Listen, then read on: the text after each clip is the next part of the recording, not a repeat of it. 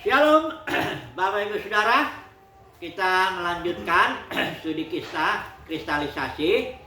Dan ini masih di kitab Maliaki. Kita ambil tema yang ketiga dan sekaligus kita menutup kitab ini.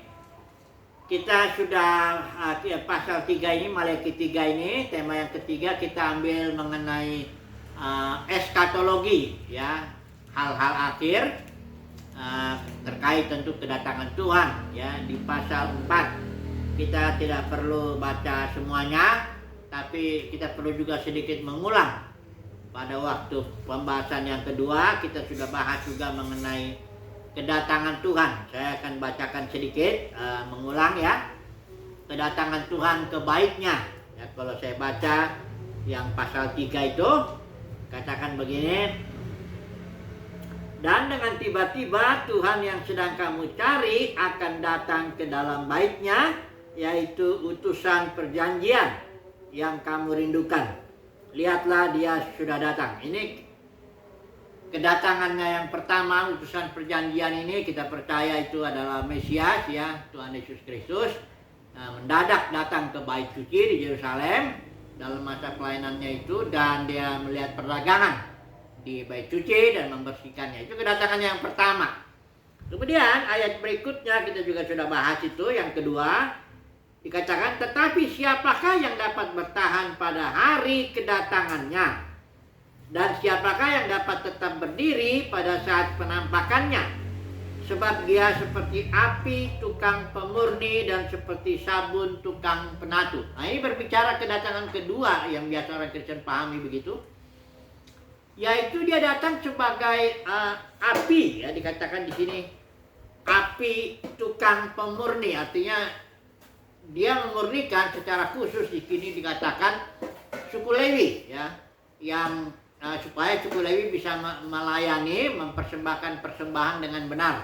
Kita tahu di zaman ini Maliaki bait suci sudah merosot, ya, suku Lewi sudah, imam-imam juga sudah mencari untung dalam pelayanannya dan juga sudah melanggar perjanjian Lewi. Nah, jadi kedatangan Tuhan yang dikatakan di sini di pasal 3 ini yang kedua, itu dia datang sebagai api pemurni, ya. Bahkan dikatakan di sini di ayat yang ke-5, aku mendekat kepadamu sebagai hakim. Jadi kedatangan Yesus yang kedua kali itu dia akan datang sebagai hakim, dan dia juga akan datang sebagai api pemurni, ya. Dikatakan di sini api tukang pemurni, ya. Nah, kita melihat sekarang di pasal 4 ini eskatologi juga, ya, tentang hal akhir, tentang kedatangan Tuhan. Disebut di sini hari Tuhan, ya. Sebab lihatlah hari itu datang menyala seperti ayat pasal 4 ayat 1 saya baca, ini saya pakai ILT. Sebab lihatlah hari itu datang menyala seperti tungku perapian, dan semua orang yang angkuh dan setiap orang yang berbuat kejahatan akan menjadi sekam, ya. Dan dikatakan di sini hari yang datang itu akan membakar mereka. Jadi kita harus lihat bahwa konteksnya nubuat daripada Maliaki ini adalah kedatangan Tuhan ke dalam baitnya, ya.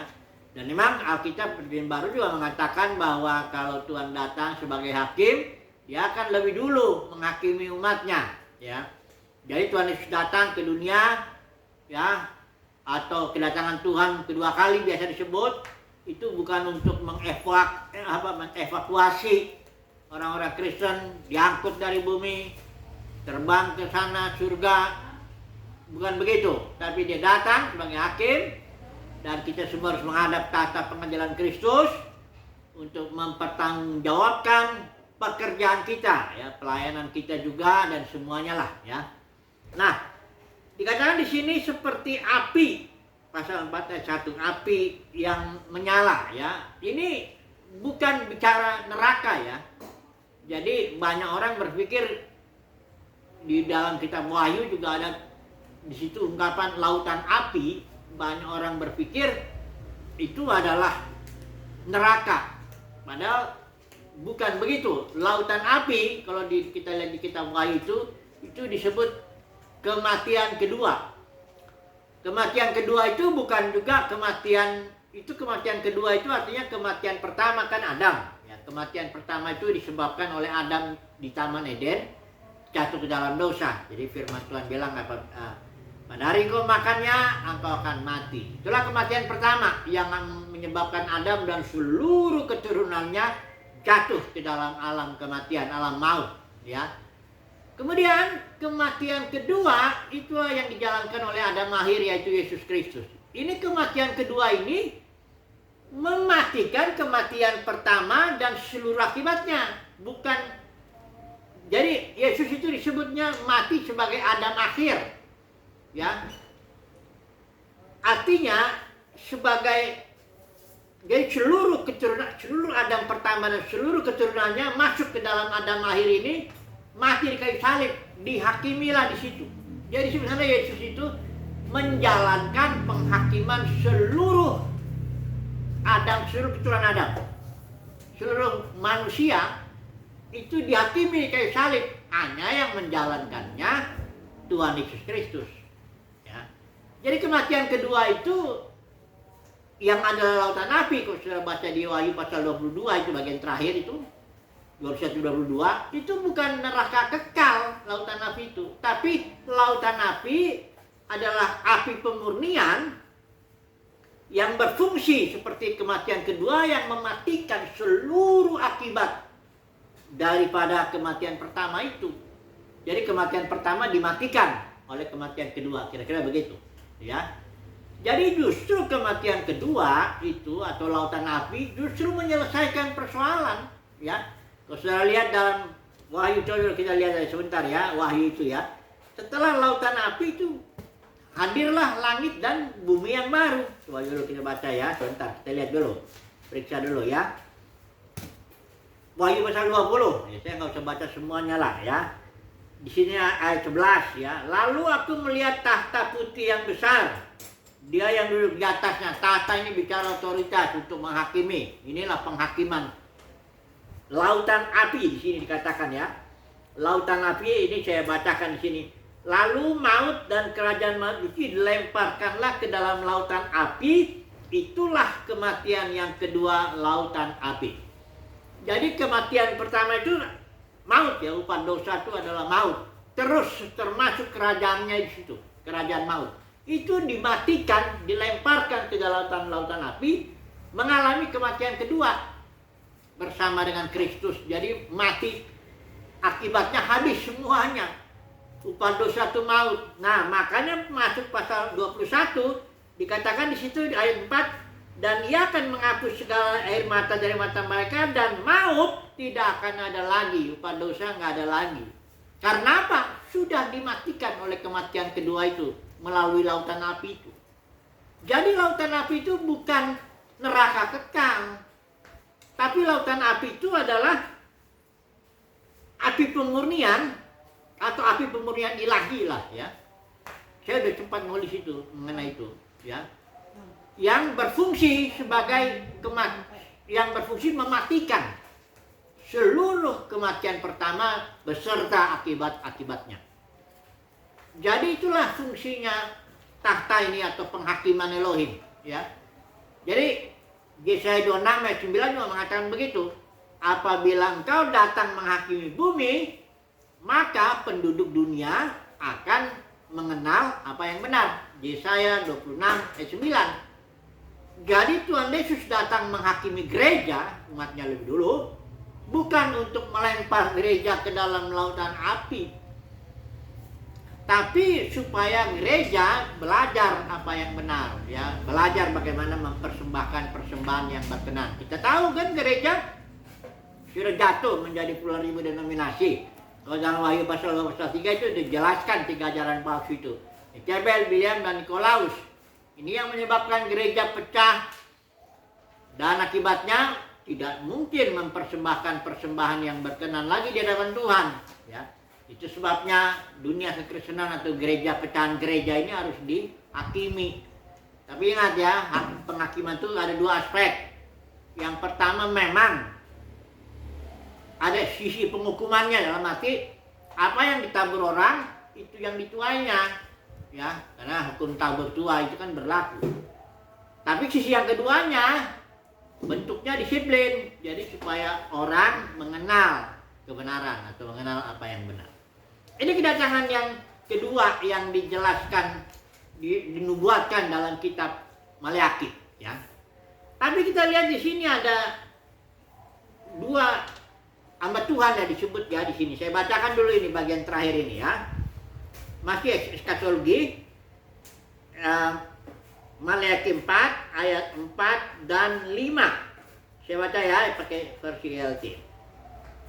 Ingatlah akan Taurat Musa hambaku yang telah aku perintahkan di Horeb untuk semua orang Israel, yaitu ketetapan dan hukum-hukum. Ayat 5. Lihatlah aku mengutus Nabi Elia kepadamu sebelum datangnya hari Yahweh yang besar dan mengerikan itu, ya, dan seterusnya. Di sini dikatakan sebelum datangnya hari Tuhan yang luar biasa itu, kedatangan Tuhan sebagai hakim, ya. Ini dikatakan akan ada satu, katakanlah kelompok pelayanan Musa atau kelompok pelayanan Elia. Mari kita baca di Wahyu pasal 11 lah ya, untuk bisa mengetahui siapa ini Nabi Elia atau Musa ya, yang berfungsi sebagai Musa. Dia akan melakukan pelayanan sebelum datangnya hari Tuhan yang luar biasa itu. Saya bacakan ya, ada di Kejadian di Wahyu pasal 11 ya. Terus saya lihat di Wahyu pasal 12 itu ada perempuan ya. Dia memperanakan anak laki-laki yang akhirnya anak laki-laki ini menghantam setan ya. Nah itu kita lihat di itu sebenarnya Wahyu pasal 12 menjelaskan kedatangan Tuhan di dalam dan melalui putra-putranya. Itu yang dijelaskan dalam Roma pasal 8. Kedatangan Tuhan melalui dan di dalam putra-putranya untuk memulihkan segala sesuatu ya. Sebelum hari itu, sebelum kedatangan biasa disebut manifestasi putra-putra Elohim ya. Seluruh makhluk itu menantikan saatnya itu. Kapan ini putra-putra Elohim ditampilkan di muka bumi? Karena di Roma pasal 8 ayat 19-21 itu di sini dikatakan nanti kalau sudah tampil itu putra-putra Elohim di muka bumi, kerajaan surga datang ke muka bumi, itu maka terjadilah pelayanan pembebasan. Seluruh ciptaan akan dibebaskan. Nah, sebelum kejadian itu ada satu pelayanan yang disebut, mari saya baca dulu ya. Wahyu pasal 11 ayat yang ke-6 ya. Saya baca aja di sini ya. Coba. Mereka ini memiliki otoritas untuk menutup langit agar tidak mengirim hujan pada hari-hari mereka bernubuat. Ini bicara pelayanan dari Elia yang mana Elia pernah berdoa supaya tidak turun hujan ya. Kemudian dan mereka memiliki otoritas atas air untuk mengubahnya menjadi darah. Ini simbol daripada pelayanan Musa yang memukul air di Mesir, semuanya menjadi darah. Ini ada dua saksi ya. Ingat ya, kitab Wahyu itu kitab dengan bahasa simbol. Dua itu artinya bukan dua orang, tapi dua itu artinya saksi. Angka 2 berbicara soal saksi ya. Jadi sebelum nanti di pasal 12 tampilnya putra-putra Elohim, ini ada satu pelayanan yang kita sebutlah kelompok pelayanan Musa dan Elia. Ya. Yang fungsinya kalau kita lihat di kitab Maleakhi nubuatnya itu, fungsinya dikatakan di sini Elia itu akan mengubah hati bapak-bapak berbalik kepada anak-anak dan hati anak-anak terhadap bapak-bapaknya. Sehingga aku tidak datang memukul bumi sampai musnah. Kelihatannya sederhana ya, pelayanan kelompok pelayanan yang disebut pelayanan Elia dan Musa ini ya. Hanya mengembalikan hati anak kepada bapa dan bapa kepada anak. Tapi itu sebenarnya dampaknya luar biasa ya. Karena kita tahu di akhir zaman dosa-dosa itu salah satu yang menyerang keluarga. Ya anak-anak jadi melawan orang tuanya kayak begitu ya, tidak mentaati orang tuanya. Oke, sekarang coba dulu kita lihat ini Yohanes Pembaptis yang disebut memiliki spirit Elia. Yohanes Pembaptis ini dia kan sebagai perintis memberi jalan kepada kedatangan Putra Elohim, yaitu Yesus. Satu orang Yohanes Pembaptis merintis jalan untuk satu orang Putra Elohim. Inilah spirit Elia itu. Nah, kalau di akhir zaman nanti, kelompok pelayanan Elia dan juga Musa menghadirkan, memberi jalan kepada kelompok putra-putra Elohim. Itu polanya seperti itu. Nah, di zaman yang sudah mendekat ini kedatangan Tuhan, ya, di dalam dan melalui putra-putranya, di sini pelayanan ini Tuhan bangkitkan. Suatu pelayanan tipe pelayanan Musa dan Elia, ya, untuk menghadirkan, bernubuat dia, ya, bernubuat, menghadirkan, bernubuat tentang kedatangan daripada putra-putra Elohim, ya. Sebagai penutup, saya baca aja dulu lah, ya, Roma pasal 8 ayat 19-12. Inilah dia kedatangan Tuhan di dalam dan melalui putra-putranya yang akan membebaskan ciptaan melalui api pengundian, ya, melalui lautan api, melalui kematian kedua. Mari kita lihat dulu, ya. Saya bacakan dulu, ya, sebagai ayat terakhir sebelum kita menutup ini, ya. Roma pasal 8 ayat 19-21. Sebab kerinduan yang dalam dari makhluk ciptaan menanti dengan sangat penyingkapan anak-anak Elohim. Inilah yang saya sebut tadi, manifestasi putra-putra Elohim. Karena makhluk ciptaan telah ditundukkan kepada kesia-siaannya oleh kematian Adam pertama ini, bukan karena kehendaknya sendiri, tapi karena kehendak dia yang telah menundukkannya atas dasar pengharapan.